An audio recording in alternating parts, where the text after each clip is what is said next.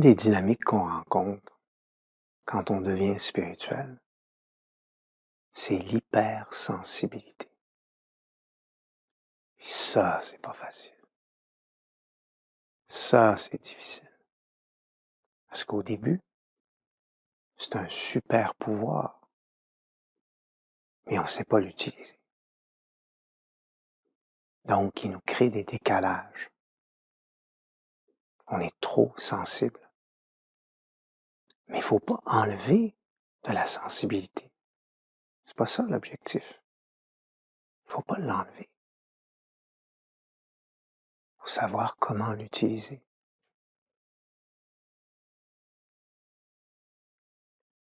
C'est une des premières choses qui se produit quand on devient spirituel.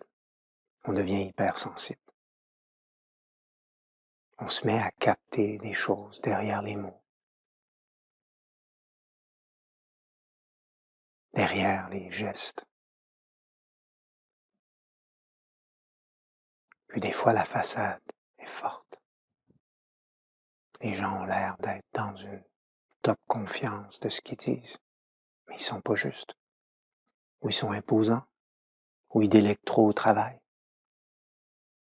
Ils cachent leur paresse parce qu'ils sont patrons. Ça nous énerve. L'hypersensibilité, c'est pas juste de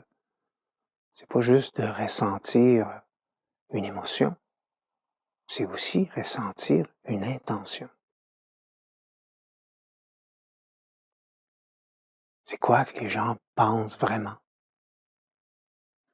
Donc cette hypersensibilité-là ouvre nos sens. C'est pour ça que c'est difficile, être spirituel. Capte les choses. Puis plus on devient spirituel, plus on entre dans la matière, plus on entre dans une parole, un sourire, une expression faciale. On va plus profond que ce qu'on voit. Et on découvre l'intention. Quand on n'est pas spirituel, on n'a pas cette hypersensibilité-là.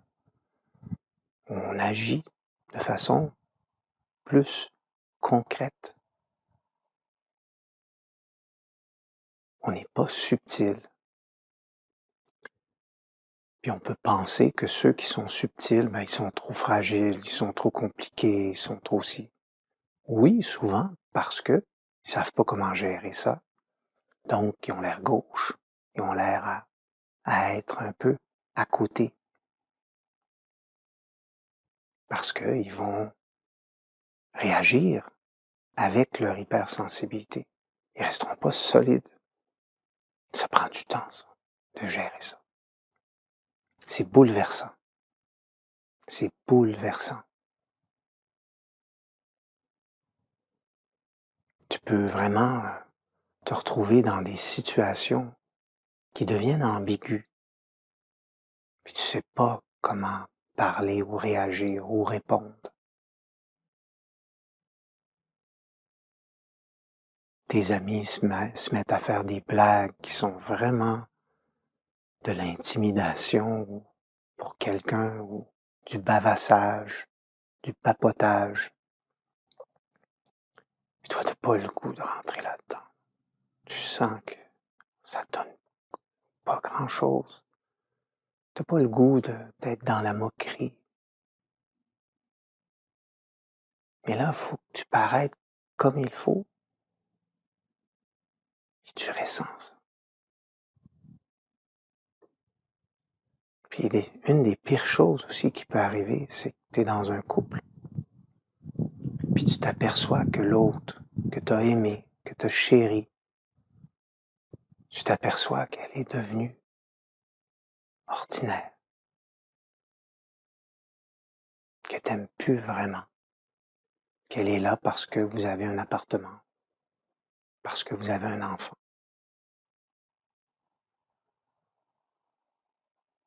Et ça fait mal. Puis là, ça te donne juste le goût de t'en aller loin, de fuir. C'est ça que ça fait. Puis des fois, tu peux pas.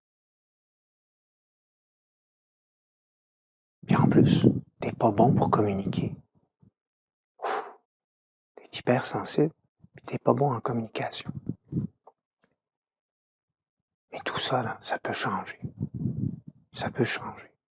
Si tu fais un vrai cheminement, puis si tu as accès à la connaissance, ça va changer. T'es pas tout seul comme ça. Il y a des millions de personnes sur la planète qui ont de l'hypersensibilité. La majorité du temps, ils ne le savent pas. Ils ne savent pas quoi faire avec ça. Et ça s'apprend.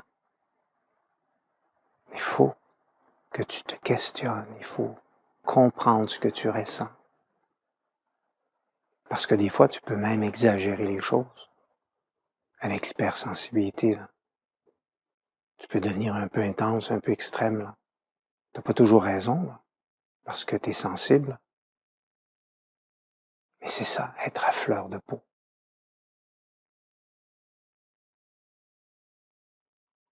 C'est un grand travail de gérer ça. C'est le plus grand travail de la spiritualité parce que tu commences à te connecter aux ambiances, aux énergies.